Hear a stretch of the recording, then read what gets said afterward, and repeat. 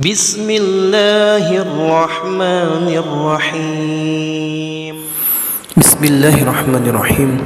Assalamualaikum warahmatullahi wabarakatuh. Alhamdulillahirabbil alamin. Allahumma shalli ala sayyidina Muhammad wa ala ali sayyidina Muhammad.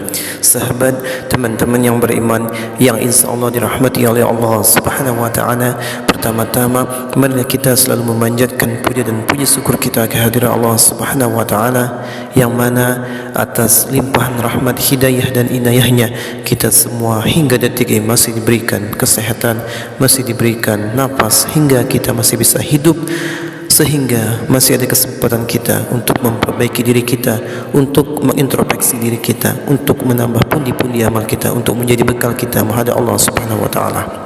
Kemudian selawat beriringkan salam selalu kita sampaikan, kita curahkan kepada junjungan kita, Nabi agung kita, Nabi besar Muhammadin sallallahu alaihi wasallam. Sahabat yang beriman yang dirahmati oleh Allah Subhanahu wa taala, dalam kesempatan ini kita akan mengulas tentang 10 tempat sarang jin yang telah disampaikan oleh Rasulullah sallallahu alaihi wasallam.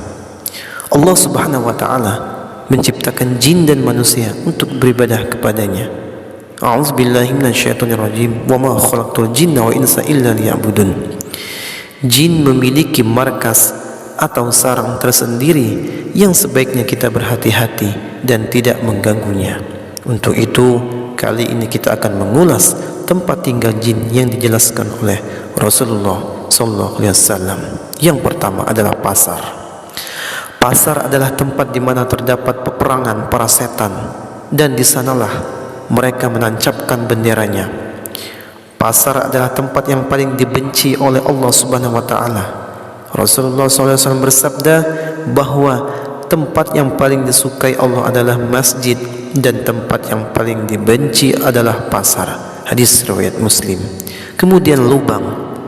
Rasulullah SAW melarang kita untuk kencing di lubang, karena itu adalah tempat tinggal jin. Dikatakan bahwa sesungguhnya itu adalah tempat tinggal jin. Hadis riwayat Anas. Kemudian yang ketiga, kuburan. Kuburan adalah tempat yang tidak boleh dijadikan tempat solat, karena sering dijadikan tempat sesembahan oleh kaum musyrik.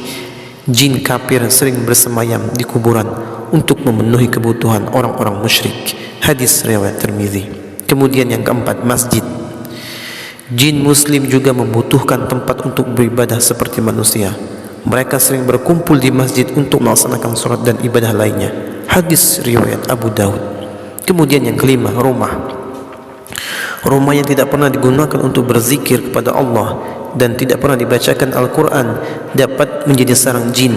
Maka dianjurkan untuk membaca bismillah ketika memasuki rumah dan mengingat Allah agar jin tidak tinggal di dalamnya. Hadis riwayat Muslim.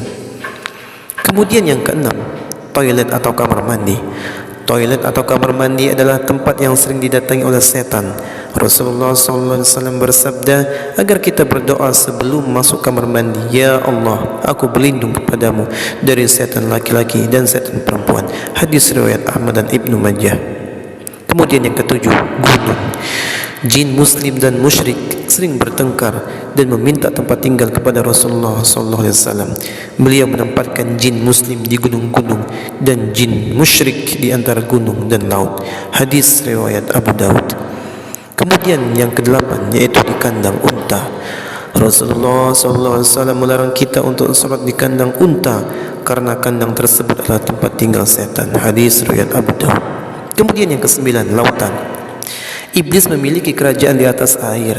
Dari sana dia mengirim pasukannya untuk membuat fitnah dan mengacaukan manusia.